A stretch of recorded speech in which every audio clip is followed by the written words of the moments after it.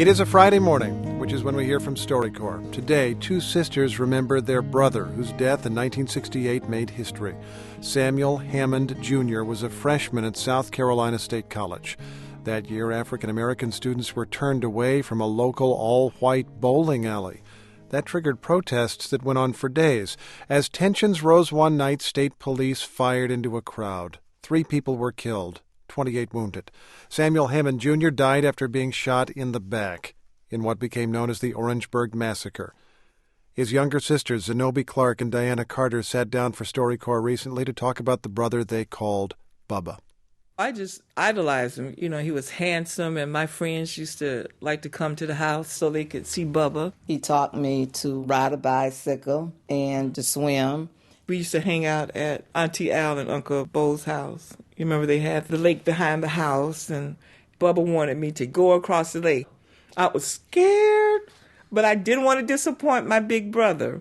He said, I'm right beside you. I'm right beside you. You will not go under. So I did it and kept going and kept going. Bubba's dream was to be an NFL player.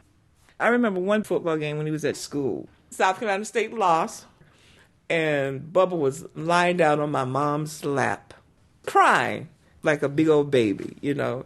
And she said, look at this, look at this. You're not going to make it a whole entire season if you're crying after the first game. But that was her baby. Oh, yeah. That was her heart. When we got the news about my brother's death, Mom, she just flipped out. And they, had to sedate her. I was asleep, and you woke me up, and you said, Diane, could you come and sleep with me? And I said, why?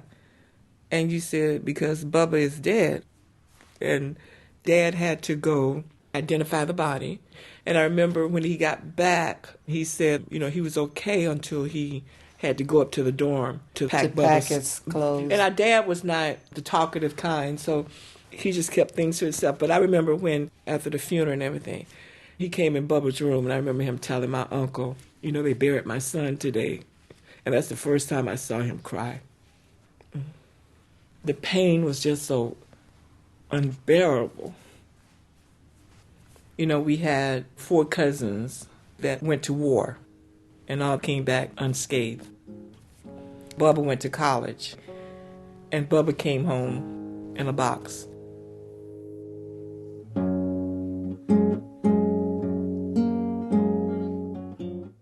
Diana Carter and Zenobie Clark at StoryCorps in Plantation, Florida. This conversation and the others will be archived in the Library of Congress.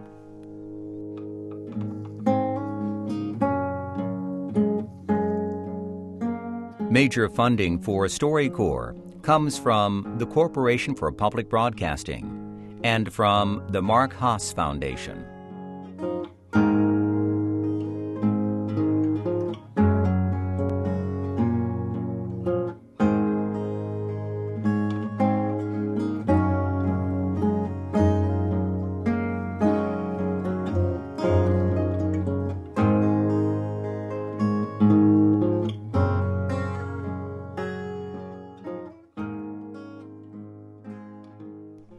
This is NPR News.